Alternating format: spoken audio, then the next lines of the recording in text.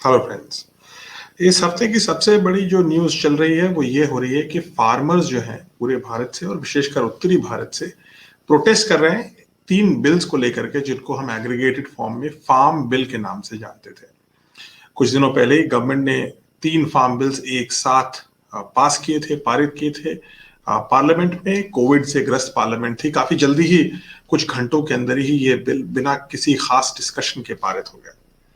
Bill pass होने के तुरंत बाद ही काफी एप्रीहेंशंस आई थी कुछ बातों को लेकर के, जिसको लेकर के सरकार, प्रधानमंत्री और एग्रीकल्चर मिनिस्टर सभी ने क्लैरिफिकेशंस दिए। लेकिन चीजें एग्रीवेट हो गई हैं नवंबर के एंड तक आते आते, और अभी भी आज दिसंबर आने के बाद भी जो फार्मर्स प्रोटेस्ट है वो मोमेंटम पकड़ती जा रही है। नेशनल कैपिटल के ऊपर कई हजार फार्मर्स ने एक तरीके से सीज ले रखा है। उन्होंने प्रोटेस्ट करने के लिए वो आने की कोशिश कर रहे हैं, उनको आने देना नहीं दिया जा रहा है, जिस वजह से बॉर्डर्स पर सिचुएशन काफी प्रॉब्लमेटिक है, काफी सीरियस है। और ऐसा माना जा रहा है क्योंकि कोविड भी चल रहा है और तेज सर्दियां भी आने वाली हैं, इसलिए ये सिचुएशन है काफी वॉलेटाइल है। इसको लेकर के समाचार तो आप सुन ही रहे होंगे, लेकिन आज हम डिस्कशन इस पे नहीं करते हैं कि लोग कितने खड़े हैं बॉर्डर पे दिल्ली के, बट सवाल यह है कि ऐसा क्यों हो रहा है और इसकी रेमेडीज क्या हैं और इसका लॉन्ग टर्म एनालिसिस क्या होना चाहिए। तो हम शुरू करते हैं कि फार्मर्स जो आ रहे हैं, जो किसान हजारों की संख्या में दिल्ली के बॉर्डर्स पर जो है चारों ओर दिख रहे हैं, विशेषकर पंजाब, हरियाणा, उत्तर प्रदेश और कुछ राजस्थान के जिलों से भी ये फार्मर्स आ रहे हैं। इनकी जो डिमांड है वो क्या है, चाहते क्या है? तो भारत के जो ये फार्मर्स हैं, जो डिमांड है उनकी उनकी पहली डिमांड जो है वो roll back of the 3 legislation, जिनको हम क्यूमुलेटिवली फार्म बिल्स के नाम से जानते हैं। ये 3 लेजिस्लेशन सरकार ने कुछ ही दिन पहले पास किए थे संसद में, और इस आशय के साथ किए थे। उसका जो रेजोल्यूशन था वो ये था कि इसकी वजह से किसान एम्पावर होगा, और प्रधानमंत्री का जो स्लोगन रहा है कि फार्म इनकम को डबल करना है 2022 तक, उसको कुछ हद तक प्राप्त करने की दिशा में ये कदम बताया गया था। लेकिन चीजें तुरंत बैकलैश हो गई और शुरू से ही इसके लेकर के एक सिमरिंग सा माहौल रहा है, एक मिसट्रस्ट का माहौल रहा है। शायद गवर्नमेंट ने भी उतनी क्लैरिफिकेशन नहीं दी जितनी इसको देने की आवश्यकता थी, जिसकी वजह से कंफ्यूजन काफी हो गया। और जैसे ही फार्मर्स ने अपनी हार्वेस्टिंग का सीजन खत्म किया, एक हार्वेस्ट खत्म करी, ये सारे फार्मर्स ने कूच किया दिल्ली की तरफ। और अब नवंबर के एंड से होकर के अब दिसंबर तक हम यही देख रहे हैं। तो ये कौन से 3 बिल्स थे जिसको लेकर के सबसे ज्यादा ये जो प्रोटेस्ट चालू हुई है, इनको समझना आवश्यक है। अब तक 13 फार्मर्स की जान जा चुकी है इन प्रोटेस्ट में, ये भी जानना जरूरी है।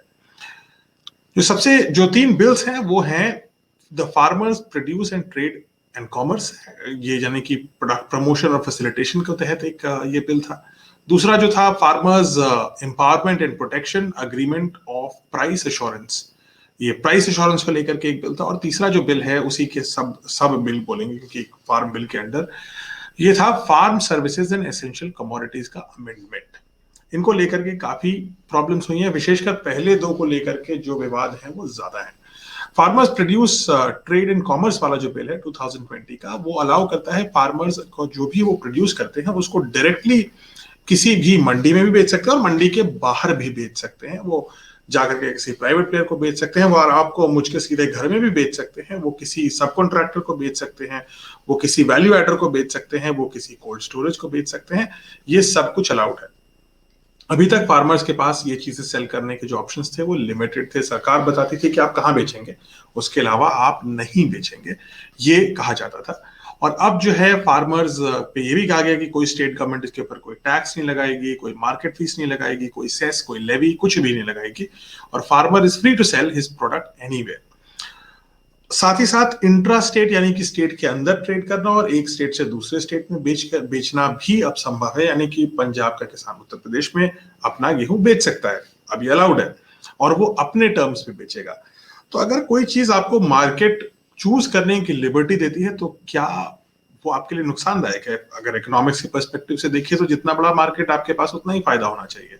तो ऐसा क्या है कि फार्मर्स को ऐसा लग रहा है कि इसमें कुछ गलत है और उससे उनको फायदा नहीं नुकसान होगा? जो कॉमन सेंस होता है कि फायदा होना चाहिए था, वो क्यों नहीं ऐसा फार्मर्स को लग रहा है? ये जानना जरूरी है कि क्यों वो अनहैप्पी है।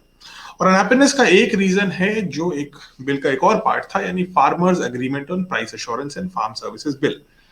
जो प्राइस एश्योरेंस की बात कर रहे थे, उसने पहली बार भारत में कॉन्ट्रैक्ट फार्मिंग के फ्रेमवर्क को सुदृढ़ किया। कॉन्ट्रैक्ट फार्मिंग बढ़ता जा रहा है कल्चर, क्योंकि फार्म साइज भारत में छोटे होते जा रहे हैं, चाहे वो परिवार टूटने की वजह से हो रहे हैं, डिविजन्स की वजह से हो रहे हैं, या एक जनरल कॉन्ट्रैक्शन ऑफ फार्म्स हो रहा है, जिसकी वजह से जो फार्म्स, छोटे फार्म्स हैं, वो इकोनॉमिकली फीजिबल नहीं होते हैं बड़ी टेक्नोलॉजी लगाने के लिए। यानी कि फर्ज करिए आप 1 एकड़ के फार्म अगर आप ओनर हैं, जो भारत में बहुत सारे किसान हैं, तो ट्रैक्टर ओन करके उसमें ट्रैक्टर चलाने का जो फिजिबिलिटी है वो बहुत कम है। इसलिए कई बार ऐसा होता है कि छोटे छोटे पैचेस को एक करके एक तरह से बड़ा सा पैच बना दिया जाता है, और फार्मर्स इस पे कॉन्ट्रैक्ट फार्मिंग भी कर सकते हैं, यानी एग्रीगेट कर सकते हैं अपने फार्म्स को, और कॉन्ट्रैक्ट फार्मिंग पे भी उठा सकते हैं, जहां वो बहुत सारे फार्मर एक व्यक्ति को दे देंगे अपना खेत, और वो कॉन्ट्रैक्ट फार्मिंग पे उनके बिहाफ पे चीजें उगाएगा और उनके बीच में कुछ टर्म्स होगा। साथ ही साथ कॉन्ट्रैक्ट फार्मिंग में बड़ी कंपनियां फार्मर को टारगेट्स भी दे सकती हैं कि हमें इस प्रकार का आलू चाहिए या हमें इस प्रकार का गेहूं चाहिए, और फार्मर को इनपुट्स देते हुए वो उस प्रकार की चीजें उगवा सकती हैं। ये जो खंड था बिल का, उसमें ये कहा गया कि कॉन्ट्रैक्ट फार्मिंग के जो सप्लायर और डिमांड जनरेटर, यानी कि बायर और सेलर, यानी फार्मर और जो भी कंपनी के साथ वो कॉन्ट्रैक्ट कर रहा है, उसके बीच में जो अग्रीमेंट है वो प्री डिसाइड हो जाएगा, यानी पहले से डिसाइड हो जाएगा कि कितने प्राइस पर, किस दाम पर कौन सा प्रोड्यूस खरीदना है, ये पहले से डिसाइड हो जाएगा। इसमें एक जो क्रिटिकल एंगल होता था विशेषकर नॉर्थ इंडिया के फार्मर्स में, वो होते हैं कमीशन एजेंट्स। यानी कि अब तक एक तरह के ये एजेंट्स होते थे जो गांव बेस्ड होते थे, या कंपनियों द्वारा जो है ये नियुक्त भी हो सकते थे, कई बार ये सेल्फ खुद से ही काम करते थे, और ये लोग फार्मर्स को थोड़ी लैंडिंग भी देते थे, उनके प्रोड्यूस खरीदते थे, और उनको लेकर के फिर ये खुद जाकर के किसी को बेच के आते थे। जब वक्त खराब होता था, वक्त बेवक्त यही कमीशन एजेंट्स फार्म को क्रेडिट भी एक्सटेंड कर सकते थे, उसको कुछ और सर्विसेज भी दे सकते थे। लेकिन इस बिल के इस खंड के तहत इनका जो सिग्निफिकेंस है कमीशन एजेंट्स का, वो लगभग खत्म हो गया। इनको हम अर्थियाज भी बोलते थे। तो इन लोगों को जो इनका जो सिग्निफिकेंस है वो खत्म हो गया, और शायद ये मार्केट से वाइप आउट हो जाएंगे। इसको लेकर के किसान भी काफी कंसर्न है, और जो प्रोटेस्ट कर रहे हैं उनमें से कई लोग ऐसे हैं जो इन कमीशन एजेंट्स को भी रिप्रेजेंट कर रहे हैं। At no point we want to say कि कमीशन एजेंट्स बुरे या अच्छे हैं, ये सब्जेक्टिव जजमेंट में हम नहीं जाना अभी, लेकिन पॉइंट ये है कि ये जो सिस्टम चेंज हो रहा है इकोनॉमिक सिस्टम फार्म का, वो एक इंपॉर्टेंट स्टेप होगा जिसमें commission agents out of business हो सकते हैं। और इस वजह से फार्मर को ये लगता है कि जो उसको वक्त बेवक्त साथ दे सकता था, शायद वो साथ अब उसको नहीं मिलेगा, क्योंकि अब उसको डायरेक्टली कंपनी से डील करना होगा। और प्राइवेट कंपनीज को लेकर के भारत के अधिकतर किसानों में जो एटीट्यूड है वो एक बेहद मिसट्रस्ट का एटीट्यूड है। यानी कि फार्मर नहीं चाहता कि उसको अकेले खुद से ही कंपनी से डील करना पड़े, क्योंकि उसको कॉन्फिडेंस नहीं है इस कंपनी के जो पर्पस है, जो विजन है, या जो इसकी इंटेग्रिटी है, उसको लेकर के काफी सवाल या निशान होते हैं। इसलिए वो पसंद कर रहा था कि कोई बीच का एजेंट रहे। तो ये जो फार्मर्स है, काफी लोग ये कह रहे हैं कि नहीं, हम सीधे कंपनी से क्यों डील करेंगे, वी वांट अ मैकेनिज्म, और उसको लेकर के एक मिसट्रस्ट का माहौल आ गया है। सबसे बड़ा जो दूसरी डिमांड है, वो शायद इन पूरे जो चक्र है इसकी सबसे बड़ी डिमांड है। सबसे बड़ी डिमांड है एमएसपी को लेकर के। MSP is a minimum support price. यानी कि सरकार बोलती है कि आप गेहूं उगाइए, चावल उगाइए, कुछ एक लिस्ट है कुछ कमोडिटीज के, और आप जब उनको उगाएंगे तो सरकार अश्योर करती है कि आपको मिनिमम इतना पैसा तो हम देंगे ही।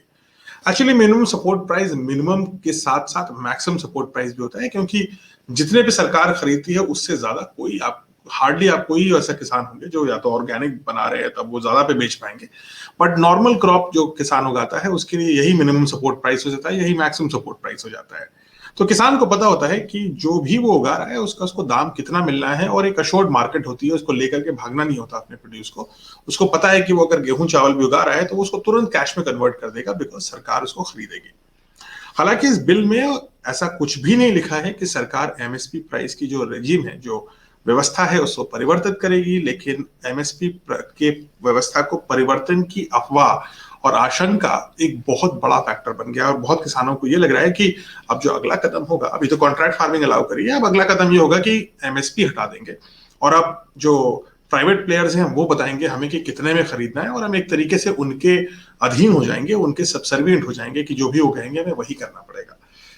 सरकार में इंक्लूडिंग प्रधानमंत्री ने और एग्रीकल्चर मिनिस्टर ने और सरकार के कई जो रिप्रेजेंटेटिव्स हैं, उन्होंने बार बार बोला है कि एमएसपी की जो व्यवस्था है वो नहीं हटाई जाएगी और वो कायम रहेगी। लेकिन शायद सरकार इस बात को कई किसानों को कन्विंस करने में नाकामयाब अब तक रही है, और इसी बात को लेकर के काफी कंफ्यूजन आ चुका है, और अधिकतर किसान तो इसी बात को आ रहे हैं कि एमएसपी ना हट जाए, क्योंकि एक तरह की लाइफलाइन मानते हैं जो किसान होते हैं। लेकिन हमें एमएसपी रहेगी, ये तो सरकार अश्योर कर रही है, लेकिन एमएसपी की व्यवस्था से इम्पैक्ट क्या हुआ है ये भी समझना जरूरी है। एमएसपी की व्यवस्था जो है वैसे तो बहुत साल पुरानी है। ये तब की बात है जब ग्रीन रेवोल्यूशन जैसी चीजों को हम जो है इंप्लीमेंट कर रहे थे पूरे भारत में, और हमें इनकरेज करना था कि जो अग्रेसिव क्रॉप्स हैं, गेहूं की नई जो क्रॉप्स आ रही थी, नॉर्मन बुरलॉग और जो जो उनके साइंस टीम लेकर के आ रही थी, वो सब जो है वो क्रॉप्स हम किसानों तक ले जाएं और उनको प्रेरित करें कि इन क्रॉप्स को वो उगाएं। और ये जो एमएसपी की जो क्रॉप्स थी नई गेहूं, उनको जो है हमें एक अश्योर्ड प्राइस देना जरूरी हो गया था, और इस तरह से अडेप्टेशन बहुत तेजी से हुआ। लेकिन कई दशकों से चल रहे एमएसपी के रेजीम की वजह से कुछ उसके दुष्प्रभाव भी हुए थे। एक उनमें से यह था कि अगर हम बात करें सितंबर 2020 यानी कि कोरोना वायरस के बीचों बीच जब सरकार स्ट्रगल भी कर रही थी, कई लोगों को खाना भी दिया जा रहा था सरकार द्वारा, तो जो फूड कॉर्पोरेशन ऑफ इंडिया, जो रिजर्वायर है एक तरह का, आपका सारा खाना वही रखता है, तो फूड कॉर्पोरेशन ऑफ इंडिया के पास उस समय सितंबर में 7 लाख टन राइस और व्हीट यानी चावल और गेहूं था। ये जो है जो स्टॉकिंग नॉर्म्स होते हैं, वैसे जो एफसीआई के वो होते हैं ऑपरेशनल और स्ट्रेटेजिक रिजर्व, यानी कि ऑपरेशनल रिजर्व वो होते हैं जो आपको साल दर साल चाहिए होते हैं। स्ट्रेटेजिक रिजर्व इसलिए रखे जाते हैं अगर फेलियर हो जाए वेदर का, या वॉर हो जाए, या कोई ऐसी सिचुएशन हो जाए जैसे कोविड जैसी सिचुएशन हो जाए और क्रॉप्स कम उग पाए, तो भी आपके पास कुछ महीनों का या कुछ साल का आपके पास रिजर्व रहना चाहिए। तो अगर हम इन दोनों को मिला लें तो भी जो एफसीआई के पास जो एग्जिस्टिंग स्टॉक था वो ऑपरेशनल और स्ट्रेटेजिक रिजर्व से ज्यादा था। और वो तब था जब सरकार ऑलरेडी कोविड के रिलीफ के लिए काफी मात्रा में अनाज को बांट चुकी थी। यानी कि गेहूं और चावल भारत में बहुत ज्यादा उगा रहे थे किसान, ये बात तय हो चुकी थी। इसका एक और नतीजा ये निकला था कि अगर हम गेहूं चावल के बियॉन्ड पल्सेस को देखें, दाल को देखें, जहां दाल ज्यादातर एमएसपी में नहीं जाती है, तो दाल का जो कंजम्पशन और दाल का जो इनटेक और प्रोडक्शन दोनों चीजें थी वो काफी कम हो चुकी थी। 1964 से अगर हम कंपेयर करें तो ये जो 1964 से 2014 यानी 50 साल का जो साइकिल है, अगर हम कंपेयर करें तो इन 50 साल में जो दाल का पर कैपिटा यानी प्रति व्यक्ति जो दाल का कंजम्पशन था वो गिर के 25 किलो से लगभग 13.5 किलो हो चुका था। यानी लगभग आधा हो चुका है भारत में दाल का कंजम्पशन, जबकि गेहूं और चावल का कंजम्पशन बहुत तेजी से ऊपर गया है। यानी कि एक कार्बोहाइड्रेट डाइट की तरफ हम ज्यादा जा रहे हैं, और जो पल्सेस की डाइट थी, जो प्रोटीन युक्त डाइट थी, वो थोड़ी कम होती जा रही है। और इसके लिए किसान ऑब्वियसली जिम्मेदार नहीं है, क्योंकि किसान वो उगाते हैं जो मार्केट खरीदता है, और मार्केट बनाती है एमएसपी। और एमएसपी का जो मार्केट बना है गेहूं और चावल की वजह से, उसकी वजह से ये कोई बहुत इलॉजिकल बात नहीं होगी अगर कोई किसान ये कहे कि गेहूं चावल उगाना सेफ है, बिकॉज इसकी जो मार्केट है वो सरकार अश्योर करती है। लेकिन उसका पूरा नतीजा ये है कि हम इनोवेटिव क्रॉप्स नहीं लगाते, हम वो क्रॉप्स नहीं लगाते जिसमें जो रिटर्न है, जो यील्ड है, वो शायद ज्यादा हो। और नॉर्थ इंडिया में ये बात ज्यादा प्रचलित है। अगर हम पंजाब से लेकर के उत्तर प्रदेश तक बात करें, अगर हम गुजरात, महाराष्ट्र, इन स्टेट्स की बात करें, तो वहां पे कैश क्रॉप्स लगाने का कल्चर भी काफी ज्यादा है, जैसे ग्राउंड नट्स या कॉटन या शुगर केन, ये सब भी काफी होता है। तो एमएसपी की वजह से ये सारी चीजें हुई हैं। अब क्या एमएसपी सरकार हटाने की बात कह रही है कि वो नहीं करेगी, लेकिन किसानों को लग रहा है कि वो हट सकता है, और इस बात को लेकर के काफी ज्यादा फ्रिक्शन है। जो प्रोटेस्ट हो रही है उसमें यह भी देखा जा रहा है कि अधिकतर किसान कुछ जो एरियाज हैं उनके लिमिटेड है जहां से वो आ रहे हैं, विशेषकर पंजाब, हरियाणा, उत्तर प्रदेश से ये किसान ज्यादा आ रहे हैं। तो ऐसा क्यों है? उसका रीजन ये है कि जो गवर्नमेंट प्रोक्योरमेंट का जो इंफ्रास्ट्रक्चर है इन तीनों स्टेट्स में वो बहुत अच्छा है। यानी कि पंजाब, हरियाणा, यूपी में एमएसपी का जो एग्रीकल्चर मंडी से जो एमएसपी पे खरीदारी थी, वो व्यवस्था काफी सुदृढ़ है, और काफी मात्रा में ये चीज जो है खरीदी जाती है। इनफैक्ट उत्तर प्रदेश इसी वजह से सबसे ज्यादा गेहूं निकालता है, पंजाब नंबर 2 पर आता है इसी वजह से, क्योंकि वहां पर एक रेडीमेड व्यवस्था मौजूद है। और जैसा मैंने आपको बताया था, ग्रीन रेवोल्यूशन 1960s में जब आया था, उसी की वजह से ये चीजों को, जो गेहूं नया लगाना था, इन्हीं क्षेत्रों में सबसे ज्यादा एमएसपी को इंप्लीमेंट करके उस नए गेहूं का अडेप्टेशन करवाया गया था। सरकार लगभग 23 ऐसे लिस्ट में आइटम्स हैं, एग्रीकल्चरल क्रॉप्स हैं, जिनको एमएसपी में वो मानती है और प्राइस रिलीज कर देती है कि इतने में हम इस साल ये चीज खरीदेंगे।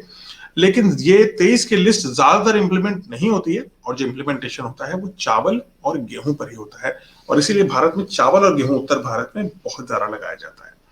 और इसी कारण सबसे ज्यादा जो किसान एमएसपी को लेकर के जो डर और भय है कि हट जाएगा वो सबसे ज्यादा इन क्षेत्रों के किसानों से है, और इसीलिए इन क्षेत्रों के ही किसान ज्यादातर दिल्ली के ऊपर जो प्रोटेस्ट की बात करी जा रही है वो कर रहे हैं। अब बात करते हैं तीसरी डिमांड की। जो तीसरी डिमांड आई है वो आई है थोड़ी इनसे हट करके आई है, वो एक तरह से एक्सिलरी डिमांड है। एक्सिलरी डिमांड ये है कि जो इलेक्ट्रिसिटी बिल अमेंडमेंट आ रहा है उसको रोका जाए। इलेक्ट्रिसिटी बिल अमेंडमेंट को लेकर के काफी फार्मर यूनियन पूरे भारत में इस बात को लेकर के सवाल उठा रहे हैं। हर स्टेट में वैसे फार्म की इलेक्ट्रिसिटी फ्री नहीं होती है, लेकिन जिन क्षेत्रों में फार्म की इलेक्ट्रिसिटी फ्री होती है, फ्री ऑफ कॉस्ट होती है, वहां के किसान ये कह रहे हैं कि ये जो बिल आएगा उसकी वजह से, इलेक्ट्रिसिटी बिल आएगा उसकी वजह से क्या उनको पैसा देना पड़ेगा बिजली का। तो वो इसको लेकर के इसको रोल बैक करने की बात कर रहे हैं, और वो कह रहे हैं कि बिजली पुरानी तरीके से किसानों को और खेतों को फ्री में दी जाए। इसके बारे में भी डाइवर्जेंट ओपिनियंस हैं, क्योंकि कोई भी चीज अगर फ्री में दी जाती है तो वो काफी मिसयूज भी हो सकती है। तो इसमें कई राज्यों ने एक्सपेरिमेंट किया है जहां पर उन्होंने बिजली की ग्रिड गांव की अलग करते हुए वहां पे एक सब्सिडाइज रेट में लेकिन क्वालिटी बिजली देने की कोशिश करी है। आगे चल के क्या होता है इस एस्पेक्ट के बारे में ये भी देखने की बात होगी, क्योंकि भारत का एनर्जी सिनेरियो उस पर काफी डिपेंड करेगा। चौथा डिमांड जो है वो लेकर के है प्रोविजन ऑफ फार्मर, जो अभी बर्निंग ऑफ फार्म रेसिड्यू, जैसे हम पाराली जलना की बात करते थे जिसकी वजह से दिल्ली में काफी पोल्यूशन आता था, साल दर साल आता रहता था, उसके ऊपर सरकार ने एक फाइन लगा दिया था, 5 साल तक का जेल या फिर 1 करोड़ तक का फाइन लग सकता था। इस चीज को रोल बैक करने की बात करी जा रही है। किसान कह रहे हैं कि ये जो प्रोटेस्टिंग किसान है वो कह रहे हैं कि ये जो रिस्ट्रिक्शन है वो काफी ज्यादा है।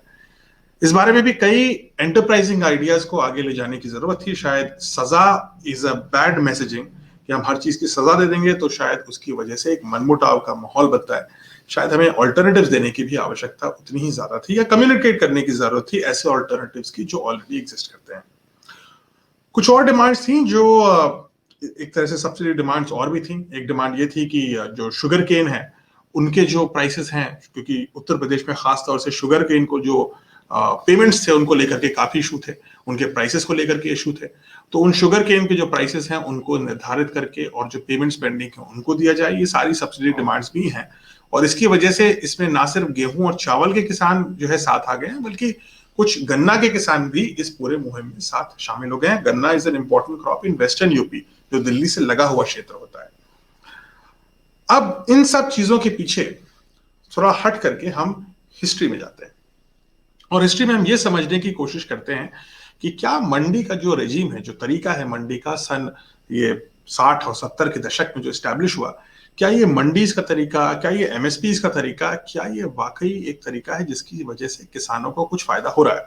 क्योंकि इसी को हटाने को लेकर के सारी प्रोटेस्ट हो रही है। तो थोड़ी गणित लगाते हैं और फार्म अरिथमेटिक करने की कोशिश करते हैं। सन 93 से 2016 के बीच में अगर हम देखें तो ये एक लंबा काल है, लगभग ये 23 साल का काल है। सन 93 से 2016 के बीच की अगर रिपोर्ट्स को हम एनालाइज करें, सन 93 में हमने लिबरलाइजेशन की जस्ट 2 साल बाद की बात है, और सन 2016 आज से 4 साल पहले की बात है। 93 से 2016 के बीच में जो आय थी एक किसान की, द फार्म इनकम, हर फार्मर की इनकम जो है, उसमें जो इजाफा हुआ है नॉमिनल टर्म्स में वो है 9.18 टाइम्स, यानी लगभग 9 गुना नॉमिनल टर्म्स में किसान को पैसा मिलने लगा ज्यादा। यानी कि अगर पहले वो 100 रुपए कमाता था तो अब 900 रुपए कमा रहा है, नोट में 900 रुपए कमा रहा है 1993 से 2016 के बीच में। लेकिन इसमें एक चीज करनी आवश्यक है, एक और कैलकुलेशन करनी आवश्यक है, क्योंकि आप 900 रुपए तो कमा रहे होंगे लेकिन आप उस 900 रुपए से खरीद क्या पा रहे हैं, यानी कि रियल टर्म्स में आपकी प्रॉस्पेरिटी कितनी बढ़ी। क्योंकि आप 900 रुपए 9 गुना हो गई दाम, अगर 9 गुना हो गई इनकम और 9 गुना हो गए दाम, तो आप किसी भी मायने में अमीर नहीं हुए अधिक, आप वहीं के वहीं ठहर गए। तो अगर हम बात करें कंज्यूमर प्राइस इंडेक्स को, जो रूरल इंडिया में होता है, यानी किसान को जो कंज्यूमर प्राइस जो दाम है किसान के लिए, उनमें अगर इजाफे की बात करें तो वो लगभग 4.6 टाइम्स ऊपर गए, यानी कि 9 गुना इनकम बढ़ी है 9.1 टाइम्स, और 4.6 टाइम्स महंगाई बढ़ गई है। और इन दोनों को अगर हम भाग दे दें तो जो किसान का जो नेट वेल्थ है, जो रियल वेल्थ है, जो वो खरीद सकता है, जिस लाइफस्टाइल को वो जी सकता है, उसमें जो इजाफा हुआ है, जिसको रियल टर्म्स में हम या परचेसिंग पावर पेरिटी टर्म्स में हम उसकी इनकम में ऑगमेंटेशन यानी इजाफा मानेंगे, वो लगभग 2 टाइम्स से थोड़ा सा कम होता है। यानी कि पूरे 23 साल के साइकिल में 2 दशक से ऊपर लग गया, 2 दशक के ऊपर 2.5 दशक ऑलमोस्ट लग गया में किसान की जो रियल प्रॉस्पेरिटी है वो दुगनी से भी कम बढ़ी है। ये एक गौर करने की बात है। और गौर करने की बात इसलिए है बिकॉज हमें इसको उस परिदृश्य में डालना है, उस कंपैरिजन में डालना है कि पूरे भारत में क्या हुआ। 1993 में भारत की जो रियल पर कैपिटा जीडीपी थी, और अगर हम इसको कंपेयर करें उसी जीडीपी को 2016 में, तो उसमें जो इजाफा हुआ था वो लगभग 6 टाइम्स था। यानी कि एक औसत व्यक्ति की जो जीडीपी पर कैपिटा होती है वो 6 टाइम्स के ऊपर, 6 टाइम्स थोड़ा सा ज्यादा बढ़ी इसी काल में, लेकिन किसान की जो इनकम है वो दुगनी से भी कम बढ़ी। इसका मतलब यह है कि जो पूरे देश की तुलना में किसान की जो अमीरी थी, किसान की जो प्रॉस्पेरिटी थी भारत में, वो लगभग 1/3 के दर से बढ़ रही थी। यानी कि अगर बाकी जनता 3 कदम चलती थी प्रॉस्पेरिटी की तरफ, तो किसान 1 ही कदम चल पा रहा था। इसका मतलब यह है कि जो मंडीज का जो साइकिल रहा है, जो इस पूरे काल में मंडी से डोमिनेटेड एक मार्केट रही, उसकी वजह से किसान शायद पिछड़ ही गया है बाकी जनता से। ये एक इंपॉर्टेंट गौर करने की बात है, क्योंकि अगर हमें इसी सिस्टम को कंटिन्यू रखना है तो इस सिस्टम से किसान पिछड़ता ही जाएगा, क्योंकि वो 1/3 दर से ही आगे बढ़ेगा बाकी देश से। और इसी कारण से एग्रीकल्चरल जीडीपी जो है भारत की, जो शेयर है, वो लगातार घटता आ रहा है। उसी कारण से आज किसान का जो युवा किसान है, जो उसके बच्चे हैं, वो वहां रहना ही नहीं चाहते गांव में। इसी कारण से किसानी में जो लोग रह जाते हैं वो लोग होते हैं जो गांव से शहर में आकर के एम्प्लॉयमेंट नहीं मिल पाता, वही लोग किसानी में रह जाते हैं। और इसी कारण से कृषक बनना एक बहुत ही ऐसा करियर नहीं बचा है जो इसको लुक्रेटिव माना जाए, इसको एक मजबूरी माना जाता है। ये करते हुए अगर हम आगे बढ़े तो अब क्या होगा? अब क्या होगा? किसान जो अभी दिल्ली के बॉर्डर्स पर हैं, वो कई महीनों का राशन पानी साथ लेके बैठे हैं, ऐसा वो बोल रहे हैं। लेकिन एक और रियलिटी ये भी है कि आने वाले कुछ दिनों में, इस महीने के एंड तक, उनको वापस जा करके अपने खेतों में भी काम करना है, क्योंकि सीजन आ गया है। तो ये संभव है कि ये जो डेडलॉक है, या तो ये बातचीत से सॉल्व होगा, और अगर नहीं होगा तो ये कुछ हफ्ते तक चल सकता है।